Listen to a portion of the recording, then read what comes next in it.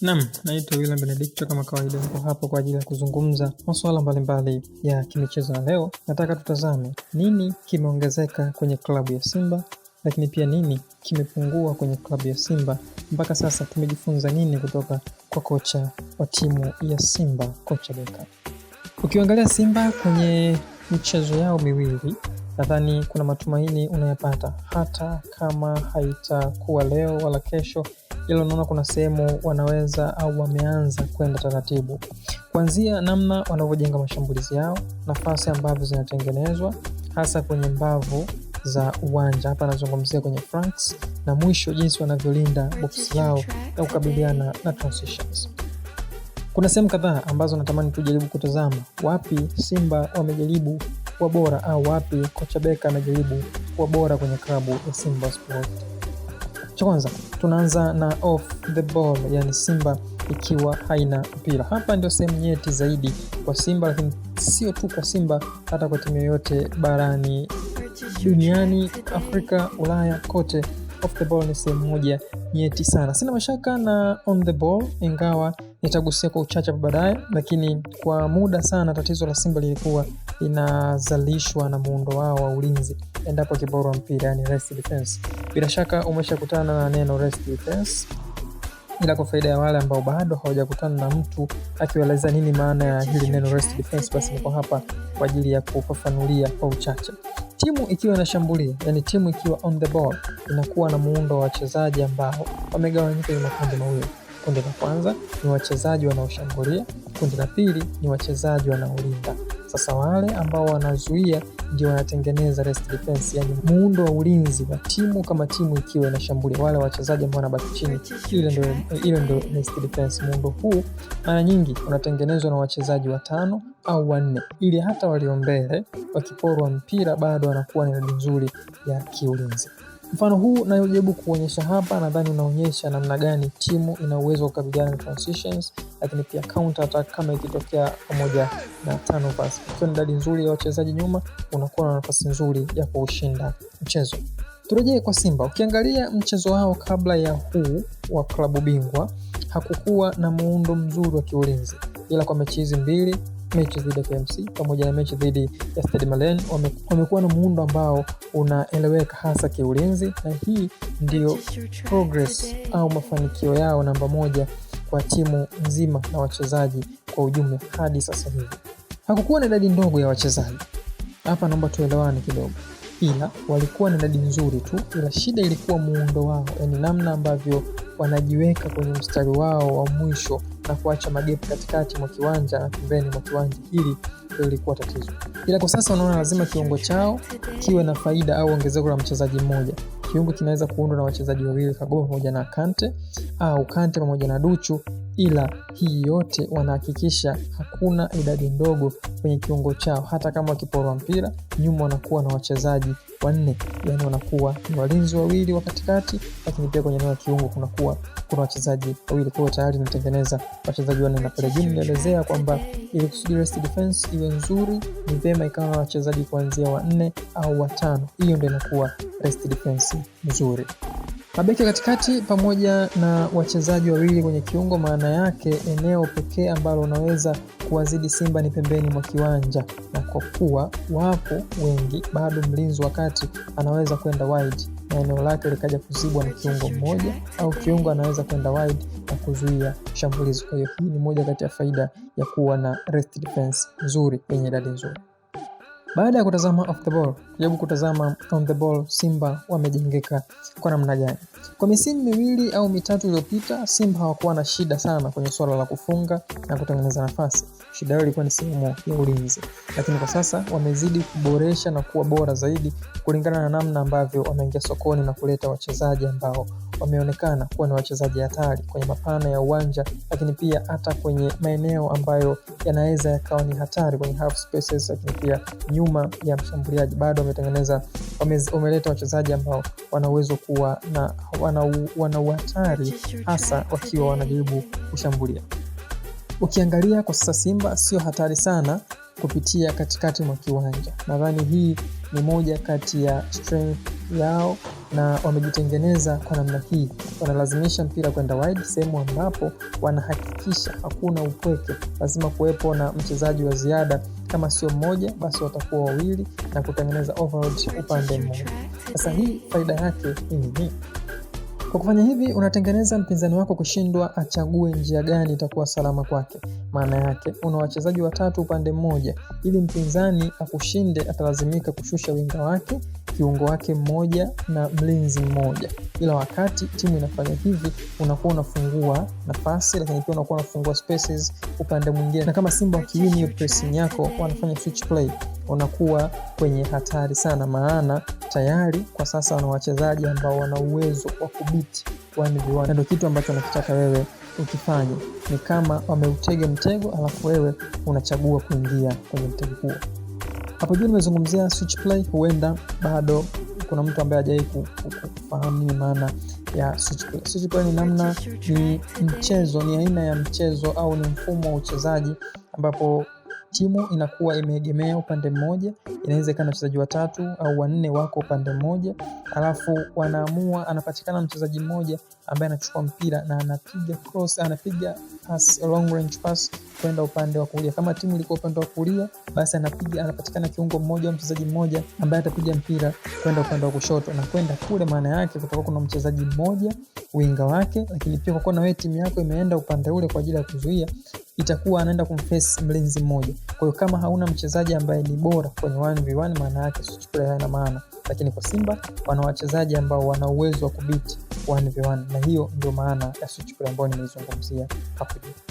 Kuna muda wanatengeneza 2v1, yani wanakuwa na faida ya mchezaji mmoja upande mmoja, na unategemea mpira utakuwa rahisi sana kama ukienda sehemu ambayo tayari kuna hiyo 2v1. Hiyo unashangaa mpira unarudishwa katikati sehemu ambayo tayari mpinzani ana idadi kubwa ya wachezaji, na kufanya Simba wapoteze mpira au kurudisha shambulizi nyuma. Sasa sijajua kama ni muundo wa kocha anataka timu icheze hivyo au ni makosa binafsi. Kitu hiki inaonekana kwenye michezo kadhaa ambayo nimejaribu kuwatazama Simba. Kwa michezo ambayo Duchu amekuwa akianza, kunakuwa na imani ndogo kwake, hasa upande huo akiwa anatokea Mpanzu. Mfano mechi nadhani ilikuwa ni mechi ya klabu bingwa dhidi ya Stade Malien.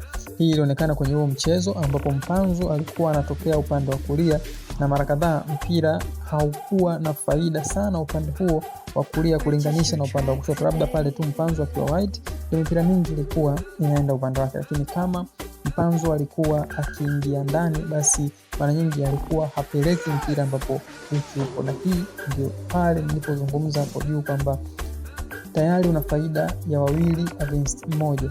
Kwa nini usipeleke mpira wide kwa ajili ya Duchu kuweka cross au kufanya mikimbio? Mfano kuna jaribio ambalo ilifanyika tayari, mchezaji kama Mwalimu alikuwa anafanya mikimbio kwenda kwenye space, lakini pia Duchu kafanya mikimbio kwenda kwenye space. Shida ikaja wapi? Mpanzu hakuwaamini wale wachezaji wawili, badala yake akarudisha mpira katikati mwa kiwanja. Hii nataka kusema kocha wa Simba anataka atengeneze idadi kubwa pembeni mwa kiwanja. Ndio maana utaona upande wa kulia lazima kuna wachezaji wawili na mchezaji watatu wa ziada, lakini pia upande wa kushoto nako kuna wachezaji wawili na mchezaji watatu wa ziada. Lazima kuwe kuna rana ambaye anaweza kukimbia kwenye hizo space, unaweza kuwa ni marana wawili au mmoja, lakini pia lazima kuwe kuna mchezaji ambaye anaweza kawa na uwezo kubeba mpira, kuokota mpira ball carrier kwa ajili ya kutengeneza hiyo overload. Na hiyo overload sio na maana lazima uwe na hizo profile tatu kwenye mbavu za kiwanja. Kwa hiyo Simba wanajaribu kutengeneza sana mashambulizi yao kutoka pembeni, wakitengeneza hiyo overload ya rotational play ya wachezaji hasa pembeni mwa kiwanja. Wapi Simba waboreshe? Kuna maeneo mawili ambayo nadhani kwa Simba lazima wayazingatie sana. Sina mashaka na uwezo wa kushambulia, kuzuia na kutawala mchezo. Pia natamani ile kushambulia nambari 9. Kumekuwa na upatikanaji wa nafasi nyingi, ila matumizi yamekuwa ni madogo. Yes, wanafunga magoli, ila magoli hayaendani na nafasi ambazo wanatengeneza. Ila pia kombo ya mabeki wa katikati Toure pamoja na Rushen nadhani bado haijamatch. Ndio pale ambapo ukiwa kama shabiki unatoa muda ili Mwalimu afanye kazi yake, lakini ukiwa kama mtu ambaye hupendi mpira unajikuta unatamani tu Mwalimu afanye kazi haraka haraka, lakini haiwezekani. Kwa nadhani moja kati ya sehemu ambayo kocha anatakiwa aboreshe au apewe muda kwa ajili ya kuboresha ni kutengeneza combination kwenye eneo la ulinzi. Kocha Beka anaenda kuwa na mechi moja nzuri sana ya kujipima na timu yake kwenye nyakati zote mbili, kushambulia pamoja na kujilinda. Maana nadhani kwa misimu minne Yanga wamekuwa bora,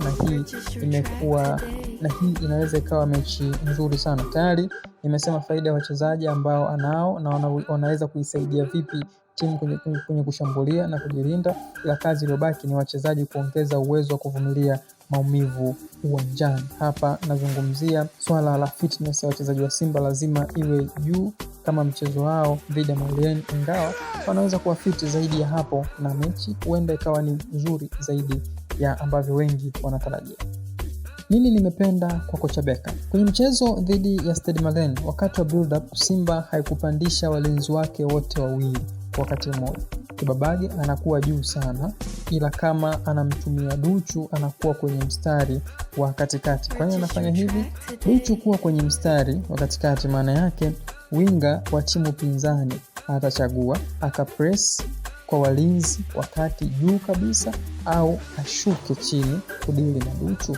Kama akiamua kwenda kupress juu, maana yake Duchu anakuwa spareman au anakuwa freeman au anakuwa mchezaji ambaye anaweza kupokea mpira behind au nyuma ya ile pressing ya wachezaji wa timu pinzani. Na Simba wakishinda pressing ya mpinzani, tayari upande wa kulia ambao anapatikana Duchu unakuwa kuna nafasi au kunatengenezwa ile ambayo tunaita 2v1, kwa sababu Duchu tayari yuko kule, alafu winga wake tayari yuko pale chini, alafu ambao anakuja kumzuia ni fullback mmoja. Kwa tayari huo upande unakuwa umetengeneza overall. Wachezaji wa Simba wanakuwa ni wawili, mlinzi au wachezaji wanaozuia upande huo anakuwa ni mmoja. Kwa hiyo inakuwa ni rahisi sana kubit aina hii ya kulinda.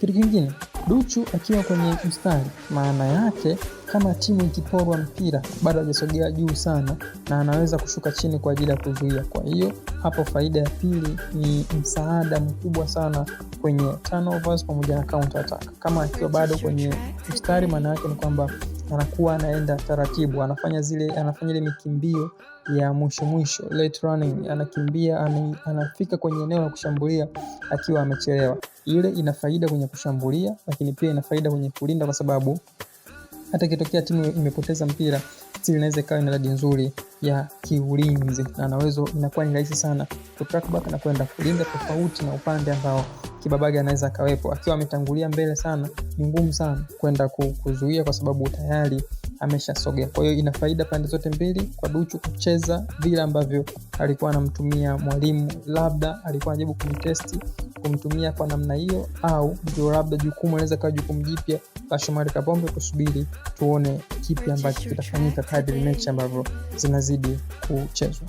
Nini ataongeza kwa Simba kocha Beka msimu huu? Na hisi ndio swali kubwa, na mimi kama nimeyatoa maoni yangu, nipate nafasi pia ya kuyasikiliza maoni yako hayo machache ambayo unaweza ukashare na mimi kwenye comment section hapo. Unaweza kuniambia kipi ambacho kimekufurahisha mpaka sasa kwa kocha Beka, lakini pia kipi ambacho unatamani Simba waweze kukiboresha ili kujaribu kulitafuta taji la ligi kuu Tanzania bara ambalo limepotea mikononi mwa Dar es Salaam Africans kwa misimu kama 3-4 hivi mfululizo.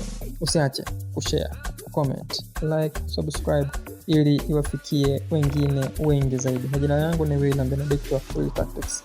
Nikutakie siku njema. Purchase your track today.